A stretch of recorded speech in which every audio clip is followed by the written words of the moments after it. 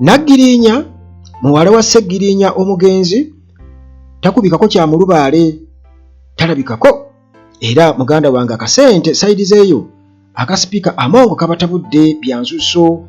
Ate Joel Ssenyonyi yeebuuza nti Besigye tunaamala kulaba ku mulambo gavumenti esooke ekakase oba esooke eweere nga bwe twalaba ogwa Sseggirinya.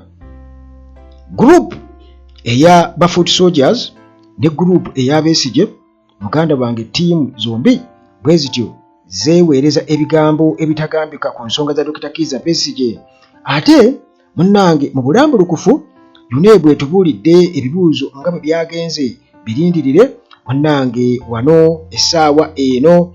Teweerabire okusubscribinga ate era wansi w'okusharinga okukosa n'okubeera ng'onyiga notification bell. Bwekityo munnange tutandise bwe tuti. Ate Naggirinya si gwe bagenda okubeera nga bakozesa ngaki, katugambe tutya. Tugamba buli omuntu watukira okuwamba omwana atali wuwe, waliwo kibayita okwagala ssente, naye ssente ziyinza okukusuula ewabi. Kasagga munnange bw'atyo kye yakoze kwe kuwamba Naggirinya n'amutwala. Era muganda wange ono gwe twogerako Naggirinya ye muwala wa Sseggirinya omugenzi, ate nga tabulawo ng'abulawo Naggirinya Sharifa, omu kuba mulekwa ab'omugenzi Honorable Mohamed Sseggirinya, munnange kigambibwa okuba nti yabuziddwawo, era maama we Nanfuka Fatuma ng'atukakasa bino byonna. Kakati munnange amawulire nga gano agatawoomesa Nakabululu gazze oluvannyuma lw'omugenzi Sseggirinya okubeera nga aziikibwa January 12 e Butale Kaddugala Masaka. Okusinziira ku Nanfuka maama wa Naggirinya agamba nti munnange ng'okuzika kuwedde, abakungubazi abasinga obungi nga bagenze, olwo alagira Naggirinya okubeera nga yeeyunga ku baganda be beebake mu kisenge saawa nga 2 ez'ekiro ez'akawungeezi awo. Naye munnange okukeera ku makya Nanfuka agenda okumagaamaga muwala we Naggirinya ate ng'amulabako nga tamulabako. Bwe batyo banoonyeza buli wamu, ekiro kyonna banoonya, obudde bwakya ne banoonya, n'ekiro kyonna ne banoonya, muganda wange omwana nga talabikako. Kakati olwo yeebuuza ebibuuzo era ng'abuuza jjajja w'omwana nyazaala we Nakajumba Justin. Munnange ye yamutegeeza kimu nti yasuubira okuba nti omwana oyo ayinza okuba yatwaliddwa family member omu ku abo munnange ababaddewo mu kuziika Nakajumba, era n'anokolayo erinnya nti ayinza okuba yawambiddwa, era nti okuwamba kwe oba okuwambibwa kwa Naggirinya kuyinza okuba kwa facilitatingibwa Kasagga Bosco, era nga ye family driver wa family. Jukira Kasagga mumujukira bulungi nnyo, era mukukusa abaana okubatwala ewa Mpuuga eri mu kisaawe. Kakati olwo munnange maama kyensuubira okuba nti yali amanyi, maama wa Naggirinya oba jjajja w'omwana nsuubira okuba nga yali akimanyi bulungi nnyo, yali planning yabi, kubanga baabirimu bonna ebyakasente okuva ewa sipiika muganda wange. Kakati munnange family bwetyo netamala biseera ne bagenda Masaka Police Station okubeera nga bateekayo omusango oba baripootinga case eya missing person. Naye munnange bakomawo e Kampala, ndowooza akazibu ne kabasukkako sayidi zeeri. Kati olwo Nanfuka afuna essimu, Nanfuka maama wa Naggirinya afuna essimu, era nga munnange eno essimu yamukaabya amaziga. Eyakuba essimu ye Kasagga Bosco, era n'akakasa nti Naggirinya amulina naye tagenda kubeera ng'amubawa, kwegamba mu bigambo ebirala temugenda kunsobya kasente. Kati Nanfuka munnange bwe batyo okusinziira ku katambi akatambula ku mutimbagano nga bali ku ssimu ne batandika okubeera nga boogerezeganya, bawanyisiganya ebigambo. Kasagga bw'atyo nakkiriza nti kale agenda kukomyawo Naggirinya ku lunaku olwa Sande, naye Nanfuka agamba nti nno omwana tebannaba kubeera nga bamukomyawo, era nga ayagala bamunnyonnyole butya omwana we bwe yatuuka okubeera nga ate Kasagga amutwala. Kakati bakusibako ogw'okutuusaako omwana obuliisa maanyi oyinza kugukola kikuguvuunuka otya. Bannange abantu beenoonyeza ebizibu. Omwana muwala gw'oli musajja oba oli anko we oba oli ki, ebyo tebajja biwuliriza. Gw'onoonya kasente kuba mu Paalamenti nga baakutaddeko dda omusango bakapa. Munnange Kasagga, maama wa Nagirinya agamba nti Kasagga n'omuntu mulala yenna oba n'abalala bonna abali mabega w'olukwe luno balina okubeera nga bakimanya. Kyalina okumanya Nanfuka nti ne maama ne nazaala we maama wa Sseggirinya ebyo byonna birimu kubanga baabirimu byonna bonna. Kakati ye munnange abategeeza nti ye maama wa Nagirinya tebasobola kufunayo Nagirinya mulala. Maama mulala tebasobola kufunayo maama mulala, ye maama wa Nagirinya. Bw'atyo n'abakakasa ensinzibu muganda wange. Akasente kafuuse akasente, akasente kafuuse akasente. Kasagga obugagga ayagala bujjaawo ku Nagirinya. Sipiika yabasuubiza ssente, kakati ssente zibatabudde. Baagala bibala gamba baagala batwaleyo ba maama w'omwana omulala kubanga maama Mukatambi agamba nti bayinza okutwalayo maama w'omwana omulala wa sipiika naye bakimanye nti ye maama wa Nagirinya. Ssente bayinza okuba bafa ssente kubeera nga bafuna ssente, baagala bagende eri ssente bazibawe, naye nga ssente zirina kuba nga zirabirira mwana, tezirina kuba nga zirabirira Kasagga oba maama wa Sseggirinya jjajja w'omwana. Ssente zirina kuba nga zirabirira mwana kumuweerera n'ebirala. Naye ndowooza sipiika engeri gye yabasuubiza okuba nga abawa kasente, ne sipiika yagamba kusomesa mwana mu ssomero lye. Muganda wange ebintu si byangu. Kati munnange eyo tuvuddeyo tuli oba Dr. Kizza Besigye. Dr. Kizza Besigye tusookere mu Paalamenti, leader of opposition. Ensonga za Dr. Kizza Besigye muganda wange bw'atyo mu Paalamenti azikutte kannabwala. Era ono atadde Paalamenti ku nninga abagambye nti mulinda Dr. Kizza Besigye amale kufa. Mulinda Dr. Kizza Besigye amale kufa olwo mulyoke muveeyo mutandike okubeera nga mweyogeza ebitakwatagana. Bannange mu lutwala Paalamenti olubaddewo ennaku z'omwezi nga 23 ababaka ba Paalamenti bwe batyo bakitaddeko nnyo essira era ne bateekawo ebbugumu mu Paalamenti nga baagala ensonga ya Dr. Kizza Besigye etunulwemu. Kakati nga baagala wabeewo ekikolebwa bunnambiru kubanga ekifaananyi Besigye nga bwe mukiraba awo kiraga nti ali mu mbeera mbi. Twegambye enfaanana ye si ennungi eri awo. Era Honorable Mwijuke Francis yagambye nti Paalamenti erina okuadressinga situation directly. Era bw'atyo n'ategeeza nti ekifaananyi ekirabika ku mutimbagano ekya Besigye muganda wange tekirabika bulungi yadde n'akamusi Besigye gwe bamanyi. Era bw'atyo n'asaba wabeewo ekikolebwa kubanga waliwo okutya nti munnange kino kiyinza okuvaako serious consequences ebiyinza okuddirira awo. Biyinza okubeera ebizibu ennyo, gayinza okubeera amaziga gennyini n'okwejjusa ate gavumenti era neetandika naye gavumenti yo ebintu byayera bwe bityo. Kakati munnange Honorable Asuman basaalirwa naye bw'atyo ne yeeyunga ku mulango ogwo. Era bw'atyo n'ategeeza nti Dr. Kizza Besigye ayinza okufiira mu kkomera era singa afiirayo kigenda kuba munnange ate era kirabisa Paalamenti teyafaayo. Bw'atyo n'alaga nti nno tetugenda kulinda mbeera eyo okubeera nga etuukawo, ekikolwa ekyo oba ekintu ekyo okubeera nga kituukawo kiyinza okuswaza ennyo Paalamenti. Paalamenti ebaddewo ng'etunulira byonna nga bigenda mu maaso. Leader of opposition naye Joel Ssenyonyi yategeezezza n'agamba nti balemereddwa okubeera nga bayamba. Leader of opposition Joel Ssenyonyi naye bw'atyo kyalutumidde mwana era munnange n'ategeeza n'abajjukiza nti nga bwe balemererwa okubeera nga bafa ku Sseggirinya n'afa mu mbeera ey'okubeera nti nno beeteerayo oba beesuulira gwa Naggamba nga institution ya Paalamenti. Era ne yeebuuza nti singa munnange ebyafaayo biddamu okuba nti byeyoleka era ne bibbulukukira oba ne byeyolekera ku Dr. Kizza Besigye okusinziira ku mbeera gy'alimu, kiyinza okuswaza ennyo Paalamenti.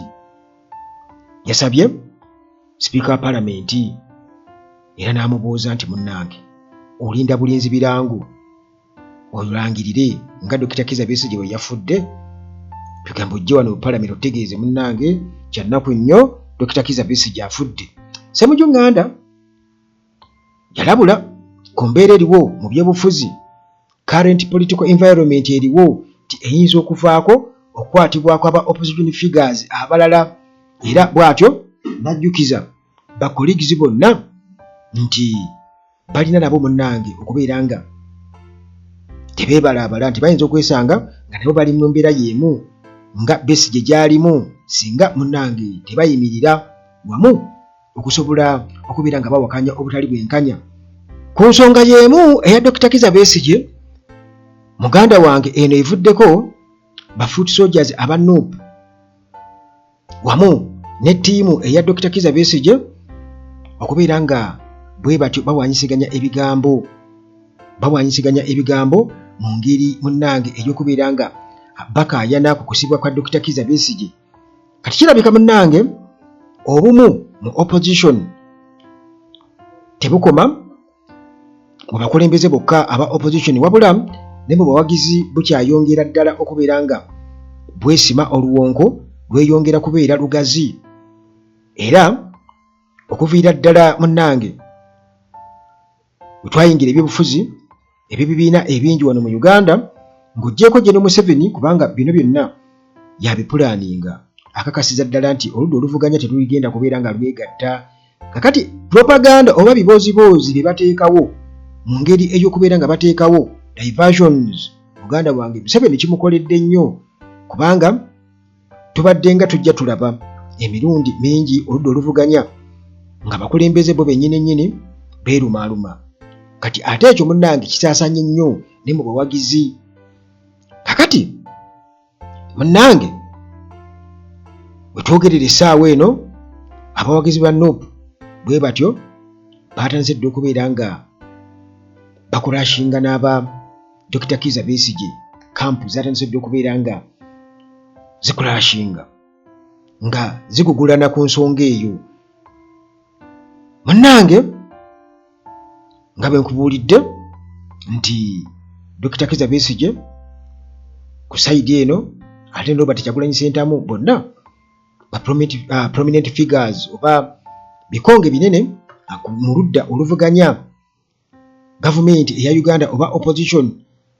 Kaakati oyinza okugamba nti bano ababiri Dr. Kizza Besigye nti bwebalire bw'atyo yadduka akati n'akakwasa Kyagulanyi, nti amaanyi ga Besigye bw'atyo Robert Kyagulanyi omukulu ogwo bw'atyo ye yagusika, newankubadde nga buli omu alina enkola eyiye ey'ebintu.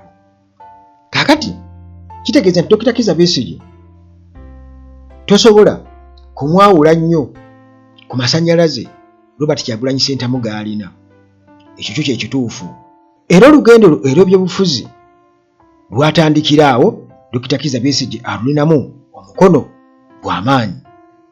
Kati essaawa eno Dr. Kizza Besigye nga yakamala emyezi ekitakka wansi w'esatu mu kkomera, obunkenke bw'amaanyi, era gurupu eya Besigye si nsanyufu yadde n'akamu ku social media.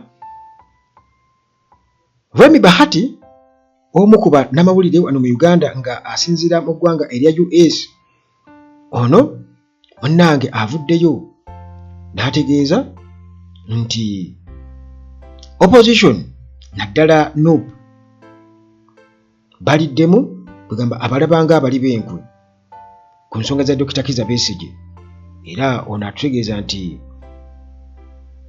opposition politicians nti bali mu kwetegekera kalulu kajja 2026 ne campaign 2025, newankubadde nga bakimanyi bulungi nnyo nti akalulu tekasobola kubeera kamazima na bwenkanya.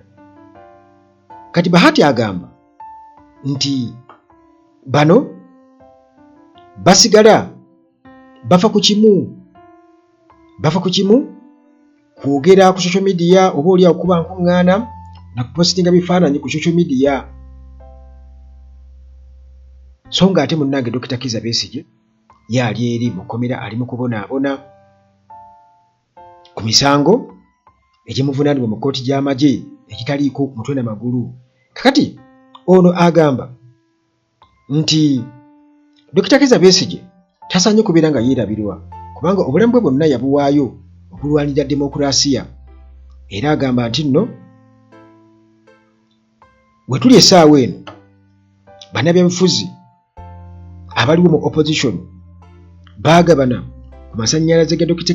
Kizza Besigye tebasaanye kubeera nga bamwerabira, so nga munnange kye bakoledde ddala bamulese emabega y'emitayimbwa abonaabonera eyo nga bo munnange batunulire kimu campaign n'akalulu ka 2026. Era bw'atyo n'ategeeza nti nno okusiba Besigye kyandibadde kikosa buli omu era nga kikwata ku buli omu kubanga Besigye yakola nnyo naddala mu kulwanirira demokulasiya, era ono ategeezezza n'agamba nti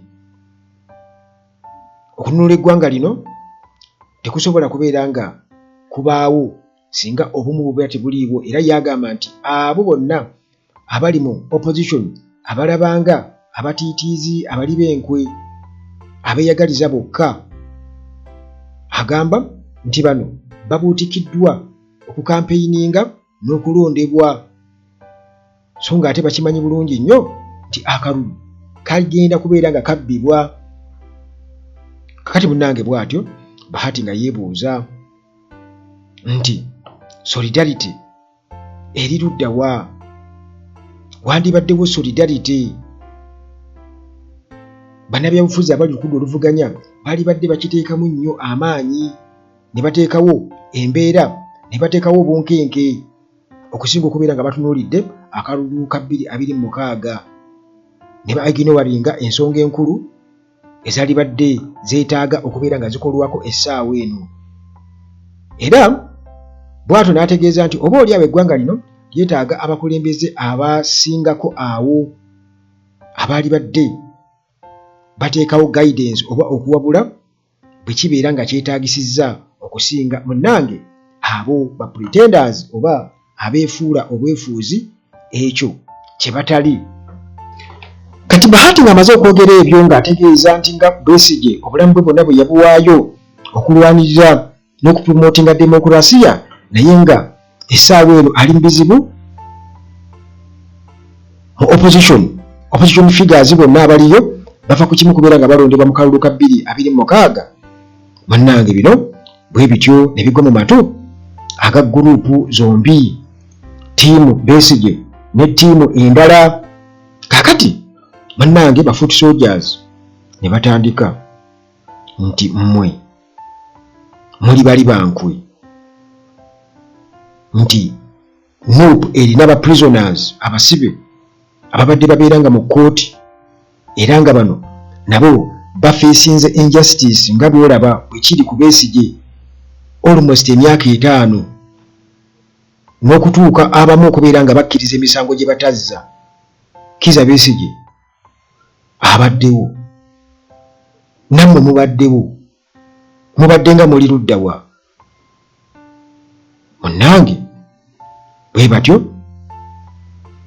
ne babagamba nti tetulabyeko bantu nga beekalakaasa okustorminga streets, nti beekalakaase nti mute abantu baffe, mute abantu baffe, era ne bamaliriza nga bagamba mutulekeemu.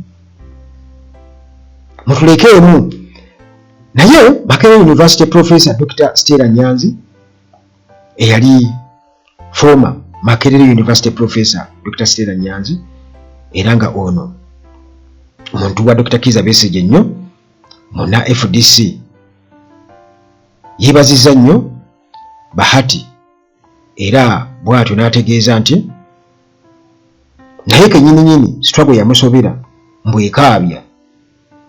Agambye nti struggle ekaabya mwana. Bw'atyo bw'ategeezezza Sarah Nyanzi. Professor George William Kanyihamba naye bw'atyo statement gye yakoze agamba nti omusiru yekka yayinza okubeera nga astrugglinga okubeera nga ayagala opposition ebeewo naye ate n'atafaayo ku nsonga ya Dr. Kizza Besigye. Tetulina ffenna munnange okubeera nga twekwataganya wamu ng'abooluganda, oba si kyekyo oyinza okwesanga nga ffenna tuweddewo ng'abasiru. Era n'agamba nti apulaanibwa okubeera ng'akyalirako Dr. Kizza Besigye, agenda kuba amukyalirako mu kkomera e Luzira essaawa yonna. Era bw'atyo n'ategeeza nti munnange, let's stand together in solidarity. Eyali leader of opposition essaawa eno nga Nyendo Mukungwe MP Honorable Mathias Mpuuga, naye munnange bw'atyo agamba nti Kizza Besigye ensonga ze tezitunuuliddwa. Twegamba yagamba simanyi nti ujje lwaki akyejjamu kubanga yitwaliwo tumula ku street nga yeekalakaasa, ate yeerabidde nti ne mu w'okutuwaaka teyaliiyo y'omu ku abo abaali olukwe mu w'okutuwaaka. Naye kati essaawa eno naye alaga nti ali concerned nnyo, era yo oba oli awo okuteekawo embeera akusuubira mu banne nti yajja kwogera bwogezi wano, nti ye engeri gy'ali omukungu ndowooza ayogera bwogezi. Akati ndowooza yeza balowooza nti bali bawe bagende mbu bateekewo embeera, naye kwegamba yeekwasa abalala.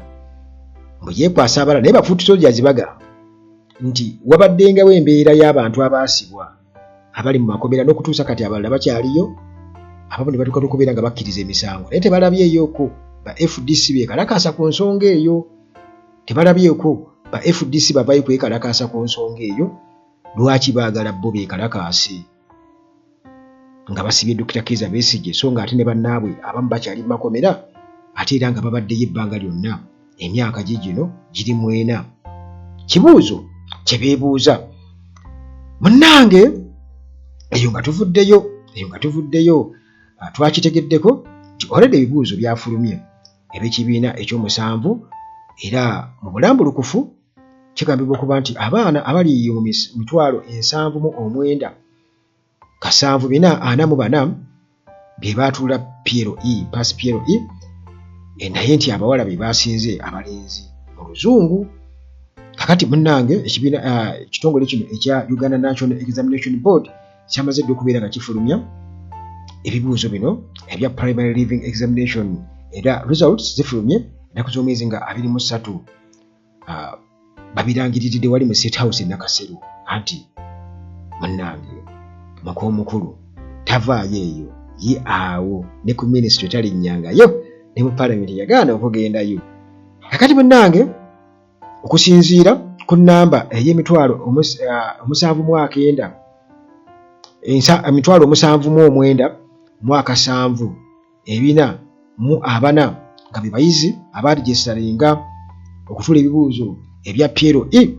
UNEB Executive Director Dan Odongo bw'atyo alangiridde nti abayizi ebitundu 91.8 be candidates abaayise ebibuuzo mbu be baayise, era n'agamba nti kino kisingako ku bayizi ebitundu 88 abaayita 223, nti ebitundu 88 ku buli 100. Era n'ategeeza nti abayizi abawala bano munnange baalaze nti be basinze naddala mu Lungereza n'ebitundu 5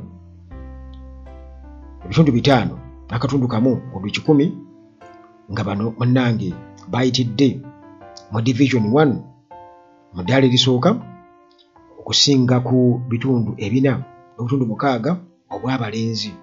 Abawala munnange bwe batyo bakoze ebitundu 52 n'obutundu 5 ku buli 100 ku bayizi bonna abaregistaringa okubeera nga bakola ebibuuzo. Kakati munnange results zino oba ebyavudde mu bigezo bwe bityo nga bagamba nti centers eza examination okwetoloola eggwanga zaali 14,883 nti nga zikiikirira oba nga ziraga ebitundu 6.4 ku buli 100 mu bungi okusinga ku bayizi oba nnamba y'abayizi eyatuula omwaka oguwedde.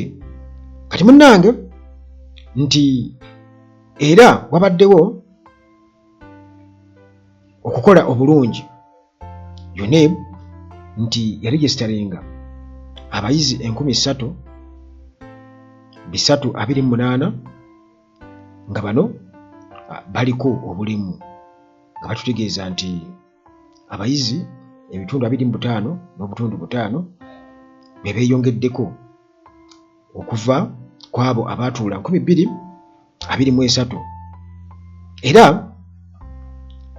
atutegeeza bongera okubeera katutegeeza nti abayizi abaatuula okuva e Luzira nti bano baalaze nti bagezezaako okubeera nga bakola nti kubanga abaregisitari nga baali 7,159 ne batuula ebibuuzo naye bana be baayitidde mu ddaala erisooka ate 36 baayitidde mu ddaala eryokubiri. Bw'ati munnange mukyala General Museveni era nga ye Minister of Education Janet Kataha Museveni yatendereza nnyo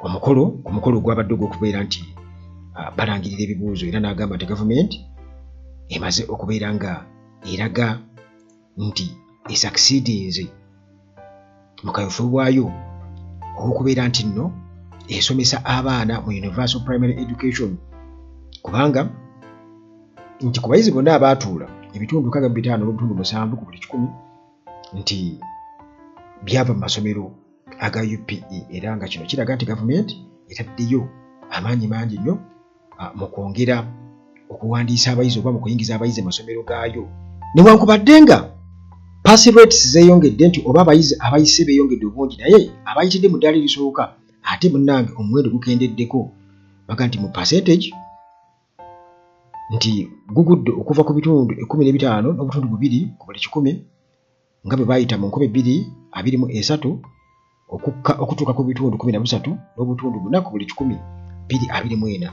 Kati UNEB bwetyo ekizudde nti waliwo amasomero agaregisitering oba agawandiisa abayizi nga babawandiisizza ng'abo abaliko obulimu naye ng'ate tekyaliwo ekyo era ne bagamba nti kino munnange bagenda kuba bakitunuulira bakinoonyerezeeko abo abakinyigiramu kabajjuutuke. Abayizi basobola okukozesa omutimbagano, basobola okukozesa SMS, enkola y'SMS okubeera nga abakebera ebibuuzo byabwe. UNEB yamaze dde okubeera nga uploadinga results maze kuziteekayo ku mutimbagano era ku center websites zaabwe okusobola munnange okubeera nga buli omu asobola okuzoota obuliro